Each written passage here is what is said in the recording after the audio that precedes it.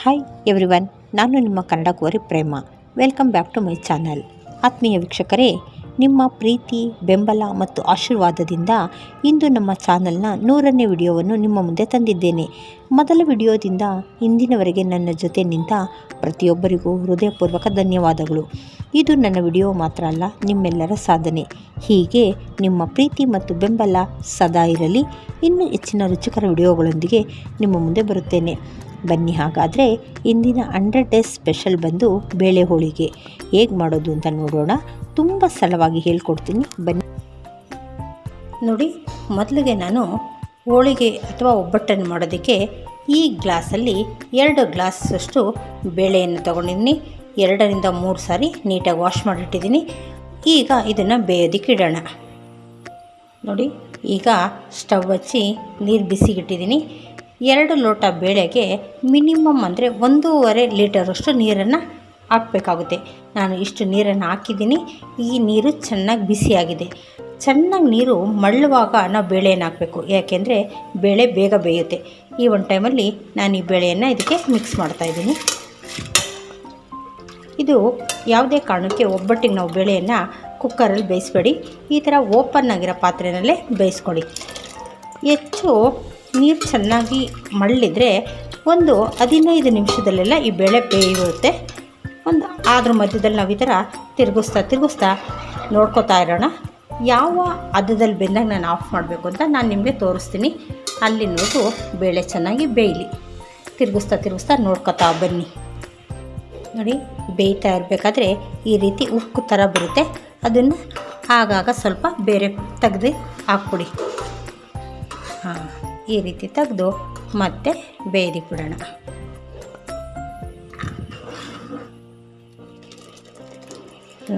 ಅರ್ಧ ಬೆಂದಿದೆ, ಇನ್ನೂ ಸ್ವಲ್ಪ ಹೊತ್ತು ಬೇಯಬೇಕು, ಮತ್ತೆ ಬೇಯಿಸೋಣ. ನೋಡಿ, ಈಗ ಕರೆಕ್ಟಾಗಿ ಬೆಂದಿದೆ. ನೋಡಿ, ಎಲ್ಲೂ ಡಾಟಿಲ್ಲ, ನೀಟಾಗಿ ಬೆಂದಿದೆ. ಈಗ ಫ್ಲೇಮ್ನ ಆಫ್ ಮಾಡಿಕೊಂಡು ನಾನು ಇದನ್ನು ಬಸ್ಕೋತೀನಿ. ನೋಡಿ, ನಾನೀಗ ಬೇಳೆಯನ್ನು ಬಸ್ಕೊಂಡಿದ್ದೀನಿ. ನಾನು ತೊಗೊಂಡಿರೋಂಥ 2 ಲೋಟ ಬೇಳೆಗೆ ಇಷ್ಟು ಕಟ್ಟು ಬಂದಿದೆ. ಜೊತೆಗೆ ಈಗ ನಾವು ಬೇಳೆನ ಕುದಿಯೋದಕ್ಕಿಡಬೇಕು. 2 ಲೋಟ ಬೇಳೆಗೆ ನಾವು ಯಾವ ಲೋಟದಲ್ಲಿ ಬೇಳೆ ತೊಗೊಂಡಿರ್ತೀವೋ ಅದೇ ಲೋಟದಲ್ಲೇ ಬೆಲ್ಲ ತೊಗೊಳ್ಳಿ, 2 ಲೋಟ. ಅಕಸ್ಮಾತ್ ನೀವು ಸ್ವಲ್ಪ ಸ್ವೀಟ್ ಜಾಸ್ತಿ ತಿನ್ನೋರಾದರೆ ಇನ್ನೂ ಒಂದು 1/4 ಗ್ಲಾಸಷ್ಟು ಹೆಚ್ಚಿಗೆನ ಸೇರಿಸಿ. ನಾನು ಅಷ್ಟೇ 2 ಲೋಟದ ಮೇಲೆ ಸ್ವಲ್ಪ 2/4 ಗ್ಲಾಸಷ್ಟು ಹಾಕಿದ್ದೀನಿ. ಜೊತೆಗೆ 1 kg ಬೇಳೆಗೆ 1 ಕಾಯಿ ಹಾಕಬೇಕಾಗುತ್ತೆ. ನಾನು ಅರ್ಧ kg ಅಷ್ಟು ತೊಗೊಂಡಿರೋದ್ರಿಂದ 1 ದೊಡ್ಡ ಹೋಳು ಕಾಯಿ ಹಾಕಿದ್ದೀನಿ. ಈಗ ಬೇಳೆ ಜೊತೆಗೆ ಬೆಲ್ಲ ಮತ್ತು ಕಾಯಿ, ಏಲಕ್ಕಿ ಪುಡಿ ಎಲ್ಲವನ್ನು ಒಟ್ಟಿಗೆ ಸೇರಿಸಿ ಬೇಳೆಯನ್ನು ಚೆನ್ನಾಗಿ ಕುದಿಸ್ಕೊಳ್ಳೋಣ. ನೋಡಿ, ತಗೊಂಡಿರೋ ಬೇಳೆಯನ್ನು ಇದಕ್ಕೆ ಹಾಕಿ ಸ್ವಲ್ಪ ಬೆಲ್ಲವನ್ನು ಕುಟ್ಕೋಬೇಕು, ಸ್ವಲ್ಪ ಸಣ್ಣದಾಗಿ, ಏಕೆಂದರೆ ಬೇಗ ಕರಗುತ್ತೆ. ಜೊತೆಗೆ ಕಾಯಿಯನ್ನು ಸಹ ಸೇರಿಸ್ತಾ ಇದ್ದೀನಿ. ಜೊತೆಗೆ ತೊಗೊಂಡಿರುವಂಥ ಒಂದು 5-6 ಏಲಕ್ಕಿಗಳನ್ನು ಸೇರಿಸ್ತೀನಿ.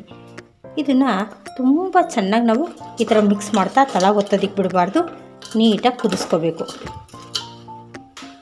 ಯಾವ ರೀತಿ ಕುದಿಸ್ಬೇಕಪ್ಪ ಅಂದರೆ ಈ ಬೆಲ್ಲ ಸಂಪೂರ್ಣವಾಗಿ ಕರಗಬೇಕು. ಜೊತೆಗೆ ಹೂರ್ಣದ ಕಲರೇ ಚೇಂಜ್ ಆಗುತ್ತೆ ಬೆಲ್ಲ ಎಲ್ಲ ಕರಗಿದ ಮೇಲೆ. ಜೊತೆಗೆ ಬೇಳೆ ಬಸ್ಕೊಳ್ಳೋದ್ರಲ್ಲೂ ಅಷ್ಟೇ 1 ಡ್ರಾಪ್ ಸಹ ನೀರು ನಿಲ್ಲಬಾರ್ದು ಇದರಲ್ಲಿ. ಅಷ್ಟು ನೀಟಾಗಿ ಬೇಳೆಯನ್ನು ಬಸ್ಕೊಳ್ಳಿ. ಈಗ ಒಂದು 5 ನಿಮಿಷಗಳ ಕಾಲ ಕುದಿಸೋಣ ಇದನ್ನು. ಬೆಲ್ಲ ಎಲ್ಲ ಚೆನ್ನಾಗಿ ಕರಗಿ ನೀರಿನ ಅಂಶ ಎಲ್ಲ ಮೇಲೆ ಬರುತ್ತೆ. ಆ ನೀರೆಲ್ಲ ಡ್ರೈ ಆಗಿ ಹೂರ್ಣ ನೀಟಾಗಿ ಬರುತ್ತೆ. ಅಲ್ಲಿ ನಾವು ಕುದಿಸ್ಕೊಳ್ಳೋಣ. ತಳ ಒತ್ತುತ್ತೆ, ನೀಟಾಗಿ ತಿರುಗಿಸ್ತಾ ಕುದಿಸ್ರಿ. ಇದನ್ನು 5 ನಿಮಿಷ ಕಾಲ ಚೆನ್ನಾಗಿ ಕುದಿಸಿದ್ದೀನಿ. ನೋಡಿ, ಎಲ್ಲ ಬೆಲ್ಲ ಕರಗಿದೆ. ಎಷ್ಟು ಗಟ್ಟಿಯಾಗಿ ಬೇಳೆ ಕುದ್ದಿದೆ ನೋಡಿ. ಈ ರೀತಿ ಕುದಬೇಕು. ಯಾಕೆ ಅಂತಂದರೆ ಆಗ ಹೂರ್ಣ ತೆಳ್ಳಗಾಗಲ್ಲ, ಒಬ್ಬಟ್ಟು ನೀಟಾಗಿ ಬರುತ್ತೆ. ನೋಡ್ತಾ ಇದ್ದೀರಲ್ಲ, ಈಗ ಎಲ್ಲ ಚೆನ್ನಾಗಿ ಕುದ್ದಿದೆ. ಈಗ ಇದನ್ನು ಆರ್ಕೊಂಡ್ಮೇಲೆ ರುಬ್ಬಬೇಕು. ಒಂದು 10 ನಿಮಿಷ ಆರೋದಕ್ಕೆ ಬಿಡೋಣ. ಆಮೇಲೆ ನಾನು ರುಬ್ಬಿ ಹೂರ್ಣನ ರೆಡಿ ಮಾಡ್ತೀನಿ. ಈಗ ನಾನು ಫ್ಲೇಮ್ನ ಆಫ್ ಮಾಡ್ತಾಯಿದ್ದೀನಿ. ನೋಡಿ, ಕನಕ ಚೆನ್ನಾಗಿ ನೆಂದಿದೆ. ಇದನ್ನು ಇನ್ನೊಂದು ಸರಿ ಚೆನ್ನಾಗಿ ಕಲ್ಲಲ್ಲಿ ಕುಟ್ಬಿಟ್ಟು ರೆಡಿ ಮಾಡಿಟ್ಕೊಂಡಿದ್ದೀನಿ. ಸ್ವಲ್ಪ ಕಲ್ಲಲ್ಲಿ ಕುಟ್ಟಬೇಕು. ನೋಡಿ, ಈ ರೀತಿ ತುಂಬ ಸಾಫ್ಟಾಗಿ ಬರಬೇಕು. ಎಷ್ಟು ಸಾಫ್ಟಾಗಿ ಬಂದರೆ ಅಷ್ಟು ಚೆನ್ನಾಗಿ ಒಬ್ಬಟ್ಟು ಬರುತ್ತೆ. ಜೊತೆಗೆ ಹೂರ್ಣನೂ ರುಬ್ಬಿದ್ದೆಲ್ಲ ಉಂಡೆಗಳು ಮಾಡಿ ರೆಡಿ ಮಾಡಿಟ್ಕೊಂಡಿದ್ದೀನಿ. ಈಗ ನಾನು ಬಟರ್ ಪೇಪರ್ ಮೇಲೆ ಯಾವ ರೀತಿ ಒಬ್ಬಟ್ಟು ಮಾಡೋದು ಅಂತ ತೋರಿಸ್ತೀನಿ, ನೋಡೋಣ ಬನ್ನಿ. ಆಲ್ರೆಡಿ ನಾನು ಸ್ಟವ್ ಹಚ್ಚಿ ತವಾನ ಸ್ಟವ್ ಮೇಲೆ ಇಟ್ಟಿದ್ದೀನಿ. ಈಗ ಬೇಗ ಒಬ್ಬಟ್ಟು ತೊಟ್ಟಿ ಹಾಕೋಣ. ನೋಡಿ, ಕನಕವನ್ನು ತಗೊಂಡು ಅಂಗೈ ಮೇಲೆ ಇಟ್ಕೊಂಡು ಈ ರೀತಿಯಾಗಿ ಮಾಡ್ಕೊಳ್ಳಿ. ಹೂರಣನ ಮಧ್ಯೆ ಇಟ್ಟು ಈ ರೀತಿ ಕನಕದಿಂದ ಹೂರಣನ ಕವರ್ ಮಾಡ್ತಾ ಬನ್ನಿ. ನೋಡಿ, ಈ ರೀತಿ ನೀಟಾಗಿ ಕವರ್ ಮಾಡಿ. ಹೂರಣ ಕನಕ ಎಷ್ಟು ಚೆನ್ನಾಗಿರ್ತೋ ನಿಮ್ಮ ಒಬ್ಬಟ್ಟು ಅಷ್ಟು ನೀಟಾಗಿ ಬರುತ್ತೆ. ಈಗ ನಾವು ತಡ್ತಾ ಹೋಗೋಣ ಬನ್ನಿ. ನೋಡಿ, ನಾನು ಈ ಒಬ್ಬಟ್ಟು ತಟ್ಟೋದಕ್ಕೆ ಇದ್ರ ಮೇಲೆ ಇನ್ನೊಂದು ಕವರ್ ಹಾಕೋತೀನಿ, ಬೇಗ ಬೇಗ ಆಗುತ್ತೆ ಅಂತ. ಅದಕ್ಕೂ ಸಹ ಇದಕ್ಕೂ ಆ ಎಣ್ಣೆಯನ್ನು ಸವರಿ, ಈ ಪೇಪರ್ಗೂ ಎಣ್ಣೆಯನ್ನು ಸವರಿ ಇದ್ರ ಮೇಲೆ ಹಾಕಿ ಈಗ ಇದ್ರ ಮೇಲೆ ತಟ್ತಾ ಬನ್ನಿ.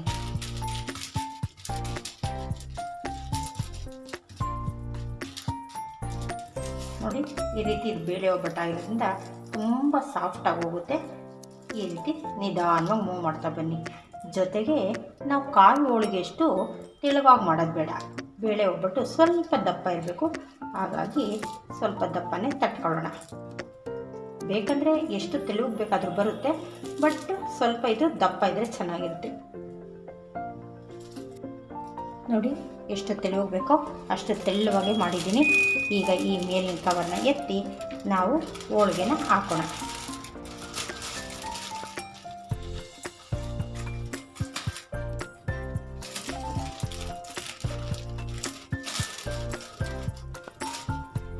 ನೋಡಿ, ಹೆಂಚಿಗೆ ಎಣ್ಣೆ ಸವರಿದ್ದೀನಿ.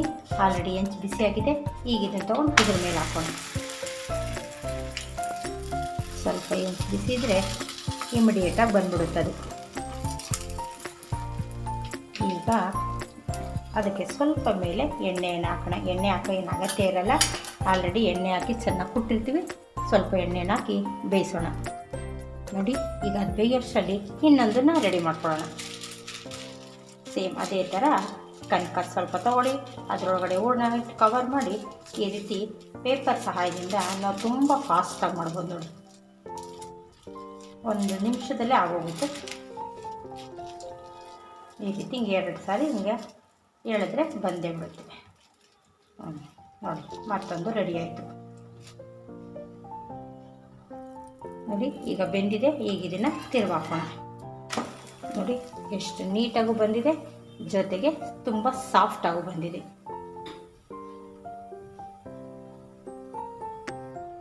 ನೋಡಿ, ಈ ಸೈಡು ಬೆಂದಿದೆ, ತಿರುವಾಕೋಣ. ನೋಡಿ, ಎಷ್ಟು ನೀಟಾಗಿ 2 ಕಡೆ ಬೆಂದಿದೆ. ಈಗ ತೆಗಿತಾ ಹೋಗೋಣ. ನೋಡ್ತಾ ಇದ್ದೀರಲ್ಲ, ಈಗ ಇದನ್ನು ತೆಗಿಯೋಣ. ಇದೇ ರೀತಿ ಮತ್ತೊಂದು ಒಬ್ಬಟ್ಟು ಮಾಡ್ಕೊತಾ ಬರೋಣ. ಪ್ರತಿ ಸಾರಿನೂ ಒಬ್ಬಟ್ಟು ಹಾಕೋಕ್ಕಿಂತ ಮುಂಚೆ ತವಾ ಮೇಲೆ ಸ್ವಲ್ಪ ಎಣ್ಣೆನ ಸವರೋಣ.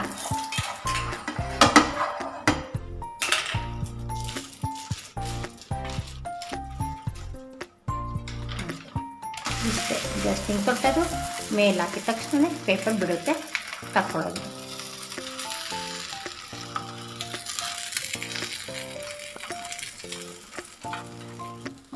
ನೋಡಿ, ಈಗ ಬೆಂದಿದೆ. ಈಗ ತೆಗಿತಾ ಹೋಗೋಣ. ನೋಡಿ, ಎಲ್ಲೂ ಕಿತ್ತೋಗಲ್ಲ, ಎಷ್ಟು ನೀಟಾಗಿ ಬರ್ತಾಯಿದೆ. ನೋಡ್ತಾ ಇದ್ದೀರಲ್ಲ, ಈ ಥರ ಬಟರ್ ಪೇಪರ್ ಇದ್ದರೆ ನಾವು ಒಬ್ಬಟ್ಟು ಮಾಡೋದಕ್ಕೆ ತುಂಬ ಈಸಿ. ಅಥವಾ ಬಾಳೆ ಎಲೆಯಿಂದನೂ ಮಾಡ್ಬೋದು. ಅದನ್ನು ಇದೇ ರೀತಿ ಎತ್ತಿ ತವಾ ಮೇಲೆ ಹಾಕ್ಬೋದು. ಈಗ ಇದು ಬೆಂದಿದೆ, ತೆಗಿಯೋಣ. ನೋಡಿ, 2 ಕಡೆ ಎಷ್ಟು ಸಾಫ್ಟಾಗಿ ನೀಟಾಗಿ ಎಷ್ಟು ಕಲರ್ಫುಲ್ಲಾಗಿ ರೆಡಿಯಾಗಿದೆ ಅಂತ. ಈಗ ಮತ್ತೊಂದು ಹಾಕ್ತಾಯಿದ್ದೀನಿ. 10 ನಿಮಿಷ ಸಾಕು. 10 ನಿಮಿಷದಲ್ಲಿ ನಾವು 10 ಒಬ್ಬಟ್ಟನ್ನ ರೆಡಿ ಮಾಡ್ಕೊಳ್ಬೋದು. ನೋಡಿ, ಎಷ್ಟು ತೆಳುವಾಗಿದೆ.